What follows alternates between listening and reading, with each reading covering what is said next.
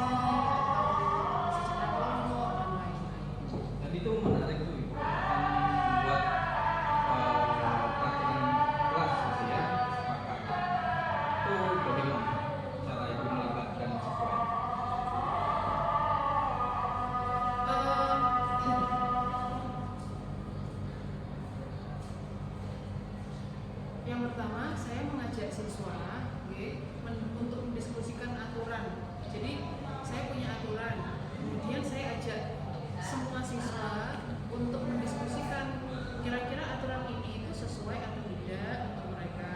Kemudian jika tidak, apakah mereka punya usulan peraturan untuk mereka sendiri yang yang nantinya akan dipakai untuk pembelajaran seterusnya.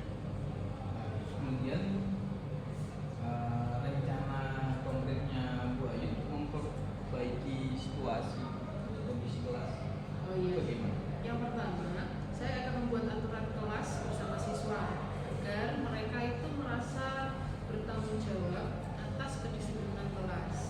Jadi peraturan dibuat bersama untuk dikerjakan bersama agar anak-anak itu merasa memiliki gitu. Kemudian yang kedua, saya juga akan mencoba menggunakan metode pembelajaran yang lebih interaktif, lebih inovatif, dan lebih kreatif seperti diskusi, kemudian permainan edukatif, yang mana permainan tersebut relevan dengan materi agama Islam. Kurang lebih begitu. Kemudian apa komitmen Bu Ayun untuk merencanakan atau menjalankan rencana Bu Ayun itu tadi? Di sini saya akan mengajak siswa berdiskusi pada awal pelajaran tentang aturan yang harus dipatuhi tersebut selama kelas berlangsung. Kemudian kami akan menuliskan peraturan tersebut di papan dan memastikan semua siswa itu setuju. Kalau perlu peraturan tersebut ditulis, diketik, kemudian ditempatkan di figura, kemudian ditempel di tembok, kurang lebih seperti itu. Yaitu sebuah rencana yang positif, gitu ya. Kemudian saya yakin Bu Ayun bisa menerapkan itu dengan baik, dan mungkin yang perlu digarisbawahi apa yang akan Bu Ayun lakukan jika siswa itu melanggar lagi.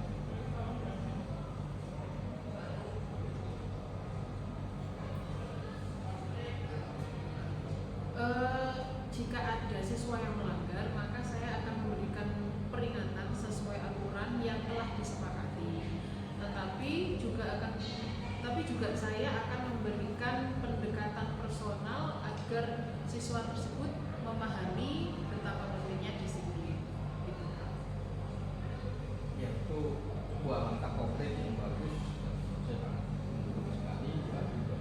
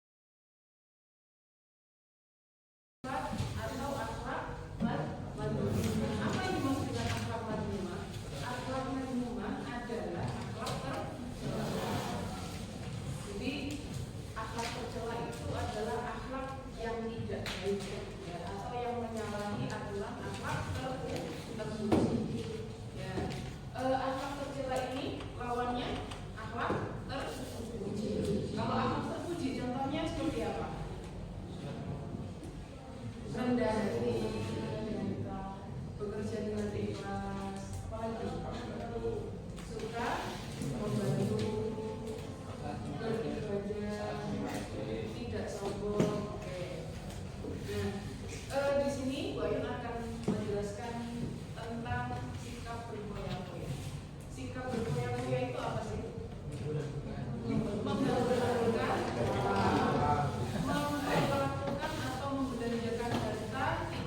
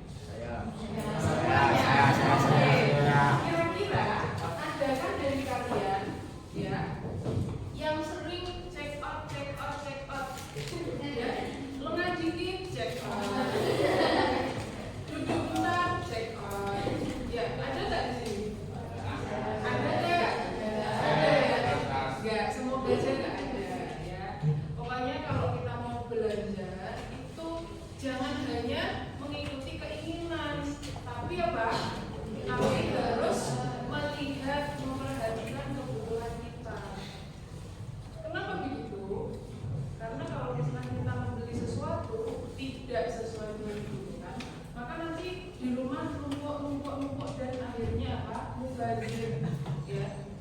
Innal mubadirina kanu ikhwanas syaitan. Jadi orang yang suka menghabiskan harta atau memubadirkan harta itu temannya syaitan. Oke, kira-kira apa penyebab dari sikap bergoyang-goyang? Gengsi, apa?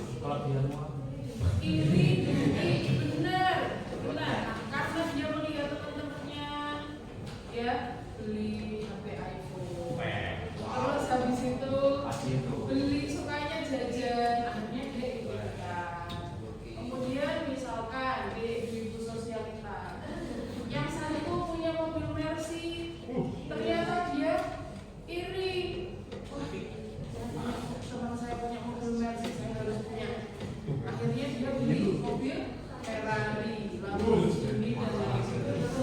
Ya, itu. Kemudian apa lagi penyebabnya? Ingin pamer atau ingin mendapat pujian dari orang lain. Kemudian apa lagi? Apa lagi tuh? Apa lagi? Nah, jadi koya-koya ini lebih ke apa ya? Israf atau tabir. Israf itu adalah berlebih-lebihan dalam hidup, dalam konsumtif ya, berlebih-lebihan. Jadi kalau misalkan orang berlebih-lebihan itu, ya itu bukan hanya dalam harta, tapi dalam makanan juga, dalam makan minum. Jadi misalkan kalian diundang untuk ke tasyarikat saudara. Nah, itu rumahnya apa? Ketika makan itu prasmanan. Kira-kira apa yang harus kalian lakukan? Mengambil senjata. Ada yang kan ya, biasanya orang ambil piring, sendok, nasinya buahnya. Ini lauk-lauknya itu kan banyak sekali ya, berderet. Nah, terus diambil semua sampai di akhir piringnya penuh. Ternyata setelah makan dia tidak habis karena di pertengahan dia sudah berkenyangan. Tangkas,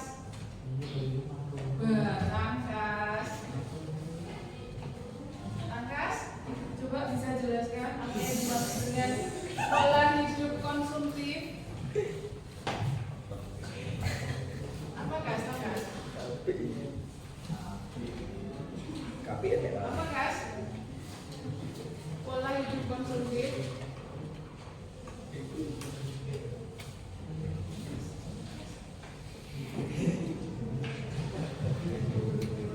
Apa? Gaya hidup berlebihan. Terus apa lagi?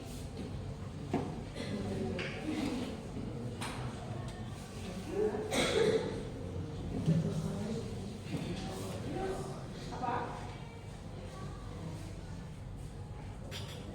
Pola hidup konsumtif itu apa? Foya-foya, belanja berlebihan. Apa lagi? Jan? Main apa Jan?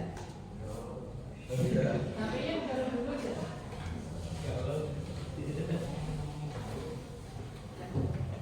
Sampai sini ada pertanyaan? Ada yang mau bertanya? Ayo, bertanya, satu. Ya. Cara menghindari perasaan gengsi pertama, ya, pertama kita lihat kemampuan kita. Jangan mencari apa? Jangan punya niat untuk pamer. Kemudian harus ingat bahwasanya orang Islam itu harus rendah hati. Nah, kemudian apa lagi?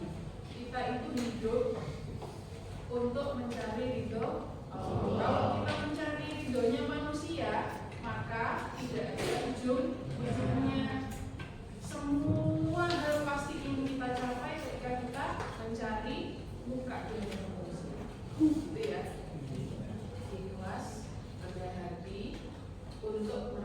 Halo?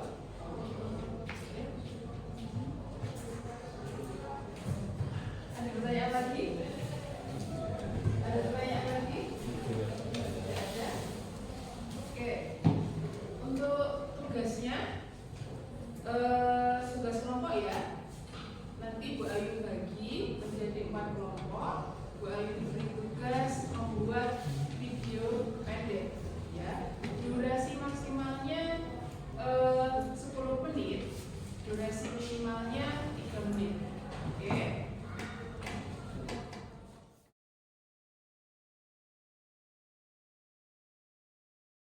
Assalamualaikum warahmatullahi wabarakatuh. Waalaikumsalam warahmatullahi wabarakatuh. Alhamdulillah di hari yang cerah ini kita bisa silaturahim setelah pertemuan yang lalu di kelas. Saya bersama Bu Ayun selaku guru mapel pendidikan agama Islam.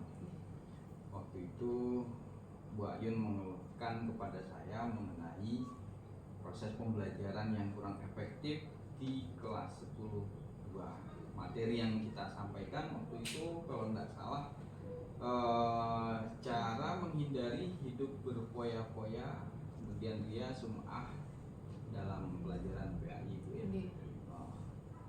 Selamat pagi Bu Ayu, gimana kabarnya? Alhamdulillah, selamat pagi Pak. Alhamdulillah. Di sini saya sehat walafiat insyaallah. Iya, alhamdulillah sehat Bu ya. Kemarin kita sudah observasi di kelas. Kemudian bagaimana pasca observasi pembelajaran di kelas itu yang sudah kita lakukan? Kemarin ini Pak, alhamdulillah anak-anak itu cukup aktif. Nah, dari sebelumnya itu seperti kurang antusias, kemudian kurang aktif. Setelah saya berdiskusi dengan Pak Wa'dullah, alhamdulillah anak-anak cukup antusias dan aktif dan juga interaktif, khususnya pada materi pentingnya hidup sederhana dan menjauhi perilaku liar. Gitu. Ya, waktu itu yang Ibu lakukan dengan modul ajar yang sudah direncanakan bagaimana? Oke. Untuk kesesuaian antara pengajaran saya dan juga modul ajar alhamdulillah sesuai, tapi belum sepenuhnya optimal Pak, karena ada beberapa siswa itu yang kesulitan mengikuti pembelajaran, khususnya pada diferensiasi konten, khususnya melihat video gitu Pak. Nah, kemudian setelah kita diskusikan bagaimana kemudian progresnya anak-anak, pencapaiannya seperti apa? Oh iya, alhamdulillah untuk tujuan pembelajaran dan juga indikator semuanya sudah tercapai. Siswa mampu memahami dan mengidentifikasi perilaku berfoya-foya, ria, sum'ah, dan juga takabur dalam kehidupan sehari-hari. Begitu Pak. Ya, alhamdulillah kalau gitu Bu ya. Iya, alhamdulillah. Ada kendala lagi Bu? Oh Yang iya, lain? untuk kendalanya di sini mungkin sudah cukup ya Pak. Jadi kendalanya itu kendala teknis seperti gangguan koneksi internet, kemudian ada beberapa anak itu Bu, paket data saya habis. Kemudian saya sarankan, oke, minta tolong anak-anak teman-teman untuk tethering, bantu teman-temannya yang nggak punya koneksi wifi atau internet gitu Pak. Iya, jadi berarti di antara kendala yang Ibu hadapi di kelas, anak-anak pemenuhan fasilitas terutama internet Bu ya.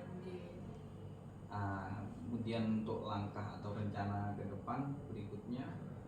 Untuk rencana ke depan ini, insya Allah saya akan memberikan konten Pak. Jadi konten video seperti short movie atau video pendek, kemudian contoh-contoh real di kehidupan nyata bagaimana, kira-kira baik nggak sum'ah, takabur, riya itu bagus nggak dalam kehidupan sehari-hari, kira-kira efeknya apa, dampaknya apa, begitu Pak. Ya, alhamdulillah berarti kita sudah menjadi mendiskusikan di awal permasalahan yang terjadi pada siswa, bagaimana pembelajaran secara efektif yaitu dengan diferensiasi, kemudian Bu Ayu menerapkan melalui diferensiasi konten dengan video gitu kan. Sudah berjalan dan mungkin ada beberapa kendala itu tadi ya. Kemudian setelah kita observasi ini bagaimana Bu, ada kesan apa terhadap pembelajaran? Lebih ke saran saja sih Pak. Kalau untuk sarannya khususnya pada aspek teknis ya, seperti akses internet, kemudian wifi sekolah, atau memang kita sarankan kepada anak-anak untuk mempersiapkan kuota internet terlebih dahulu sebelum ke sekolah gitu Pak. Gitu ya. Gitu. Kemudian untuk pembelajaran ke depan ada saran yang mungkin bisa dijadikan pertimbangan kita bersama.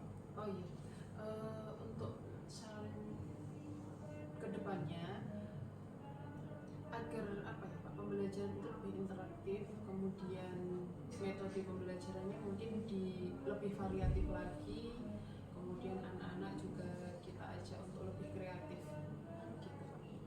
Itu ya mudah-mudahan ini bisa menambah wawasan dan pengetahuan kita, yang terutama dalam menerapkan pembelajaran. Ada kalanya memang modul ajar itu sudah kita susun lebih baik, tapi kadang nggak menutup kemungkinan menjadi menyesuaikan dengan realita yang ada di kelas. Ya mudah-mudahan itu ada manfaatnya Bu Ayun ya. Setelah kita melakukan tahapan coaching kemarin, Bu Ayun menyampaikan beberapa keluhan, kemudian saya masuk di kelas Bu Ayun, dan sekarang ini kita evaluasi terhadap apa yang sudah kita lakukan. Mudah-mudahan ada manfaatnya. Jadi itu yang bisa kita pelajari bersama setelah proses coaching kemarin. Baik, Bu Ayun tadi sudah menyampaikan apa permasalahan dan penyelesaiannya. Nah, sebagai bentuk tindak lanjut dan tanggung jawab berikutnya, rencananya mau dieksekusi atau mau dilaksanakan itu kapan?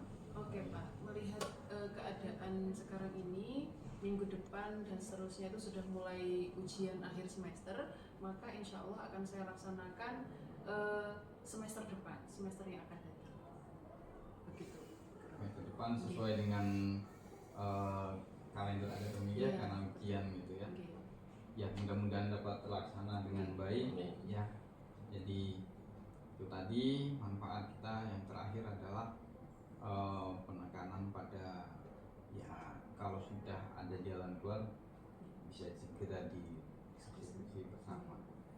Dan terima kasih banyak Bu Ayun sudah mempercayakan kepada saya untuk mendiskusikan permasalahan. Mudah-mudahan ya sebagai ikhtiar ini ada solusi dan jalan keluarnya ya, semoga ada manfaatnya. Mungkin ada yang perlu disampaikan. Terima kasih Pak Abdullah dan Bu Ayun ya. Ya, terima kasih sudah melaksanakan percakapan pasca observasi dengan Pak Ayun. Pak Abdullah selaku coachnya ya, kemudian Bu Ayun coachnya pada mata pelajaran PAI, pada materi pentingnya hidup sederhana dan menghindari kehidupan yang riak atau berkoyak-koyak. Tadi secara teknis Pak Abdullah sudah berhasil memenangkan diri sebagai coach yang baik, mendengarkan dengan rasa, didengarkan semua yang disampaikan oleh Bu Ayun, kemudian memberikan umpan balik lagi dengan pertanyaan yang berbobot yang mengarah kepada terselesaikannya atau terlaksananya alur tirta dalam coaching ini. Yang pertama tujuannya sudah tadi meningkatkan pemahaman anak, kemudian identifikasi permasalahan juga sudah mudah. Anak lemah ada konten ya, di video mereka lemah, kemudian ada problem yang lain, kuota, wifi sekolah dan sebagainya, mungkin gadgetnya anak-anak juga. Dan rencana aksi juga sudah disampaikan dengan detail. kemudian tanggung jawab juga sudah akan dilaksanakan secepatnya. Yang jelas untuk rencana aksi nanti tentunya memang Pak Abdullah tidak memberikan solusinya, tapi ya menggiring saja agar Bu Ayun menemukan solusi sendiri, karena memang yang mengajar Pak Ayun bukan Pak Abdullah, sehingga mau tidak mau ya yang punya masalah ya Pak Ayun, otomatis Pak Ayun yang punya solusinya, versinya Pak Ayun. Pak Abdullah hanya menggiring saja akan ketemu dengan solusi yang di saya kira sudah dengan baik Pak Abdullah. Harapannya hasil-hasil seperti ini bisa dibuat rekomendasi ke depan sehingga pembelajarannya juga lebih baik lagi di masa yang akan datang. Saya kira cukup itu Pak Abdullah. Terima kasih hari ini percakapannya. Bu Ayun juga. Assalamualaikum. Waalaikumsalam warahmatullahi wabarakatuh.